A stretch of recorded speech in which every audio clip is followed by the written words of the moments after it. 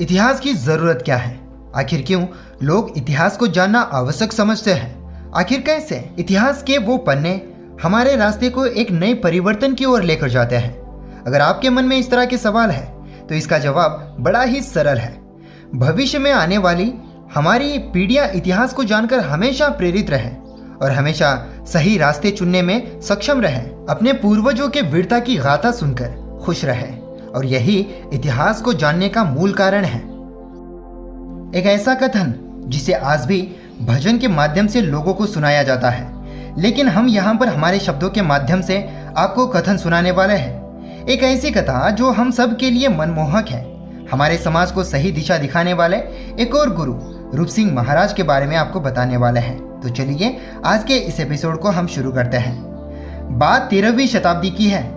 असल में गोपाल नायक अमरकोट से नाता रखते हैं, जो कि आज वर्तमान में पाकिस्तान में है। वे एक राजपूत वंशावली से बिलोंग करते थे। गोपाल नायक और उनके भाई पछाण जी दोनों दिल्ली के बादशाही सेना में सैनिक थे। दोनों भाई गौड़ में सोडावत राजपूत थे।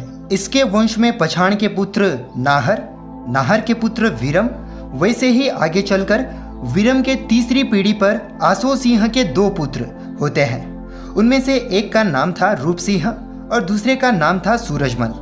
हम आपको यहाँ पर पहले से ही बता दें, हमारा मकसद यहाँ पर किसी भी धर्म एवं जाति को ठेस पहुँचाने का बिल्कुल भी नहीं है। जो कथा सालों से सुनते आए हैं, केवल उसी को आपके सामने रखने की प्रयास है। आसो सिंह के पुत्र रूप सिंह निर्भय और स्वतंत्र प्रेमी थे, जिन्हें किसी की अधीनता स्वीकार नहीं थी। उनके जीवन में एक समय ऐसा भी आया था जब उन्हें सामाजिक अवमान को ज्यादातर झेलना पड़ा था और इसी के कारण वे अपने कुल से विच्छेद हो गए थे। नतीजा ये निकला कि वे जंगल में रहने लगे। आप इस बात को स्वयं समझ सकते हैं। यदि कोई इंसान सामाजिक तौर पे अपने समाज से अलग हो जाए तो वो अपने स्वयं के दौर को शुरू करने के बारे में सोचता है। एक तरह से इसे हम परिवर्तन भी कह सकते हैं। परिवर्तन का नियम यह है कि हमें हमारी भूतकाल की यथास्थिति को बदलकर हमें एक नए दौर को शुरू करना होता है, या फिर एक नए अवतार को अपनाना पड़ता है। जैसे हमने आपको बताया, रूप सिंह ने वैसा ही कुछ किया था। उन्होंने एक नए समाज की स्थापना की। उन्होंने इसके लिए अपने 4 भाइयों को एकत्रित किया था। उन्हें अपने पारिवारिक 3 जातियों का समर्थन भी मिलता है और वे जातियां इस तरह है। सबसे पहले नंबर पे आता है कछवा, जहां पर रूप सिंह का ससुराल था। दूसरे नंबर पे आता है चवड़ा, जहां पर रूप सिंह का नानीहाल था। और तीसरे नंबर पे आता है दायमा, जहां पर उनके लड़के का ससुराल था। इन सब के मिलकर एक नई जाति बनाई जिसे बामणीय भाट की नाम दी जाती है। और आज के समय में बामणीय बंजारा या फिर भाट बंजारा या फिर बामणीय भाट बंजारा कहकर भी पुकारा जाता है। प्रमुख तौर पे इनमें विभिन्न राजपूत वंशों के 12 गोत्र आते हैं। गौड़, गरासिया, सुरावत जैसी आदि गोत्र इनमें शामिल हैं। जैसे हमने पहले कहा था कि रूप सिंह जंगल में रहते थे। एक दिन उदयपुर के महाराजा अड़िग शिकार करने जंगल जाते हैं तो उन्हें जंगल में रूप सिंह का डेरा मिला। महाराजा और उसके सारे सैनिकों को प्यास लगी थी, इसलिए उसके सारे सैनिक और वो पानी ढूंढ रहे थे। जंगल में रहने वाले रूप सिंह ने सारे सैनिक और महाराज को पानी पिलाई।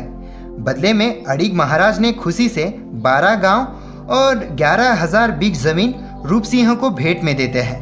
तब से रूप सिंह बामणिया में रहने लगे। वैसे महाराज ने रूप सिंह को 12 गांवों का मुखिया बनाया था, इसलिए सभी मुखियाओं को दरबार में हाजिरी देने जाना पड़ता था। लेकिन रूप सिंह को किसी की अधीनता स्वीकार नहीं थी, इसलिए वे हाजिरी देने नहीं जाते थे।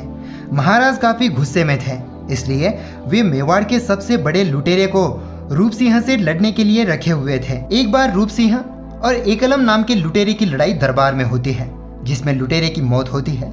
रूप सिंह एक वीर इंसान थे। उन्होंने अपने गुरु धनराज के कहने पर 4 भुजा का भव्य मंदिर और 7 तालाब बनवाए थे, ताकि लोगों को पीने के पानी के लिए इधर उधर भटकना न पड़े।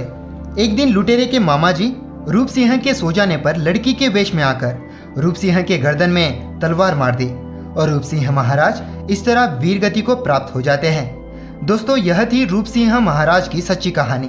उम्मीद करते हैं कि आपको वीडियो अच्छा जरूर लगा होगा। अगर ऐसा है तो वीडियो को लाइक ज़रूर कर देना।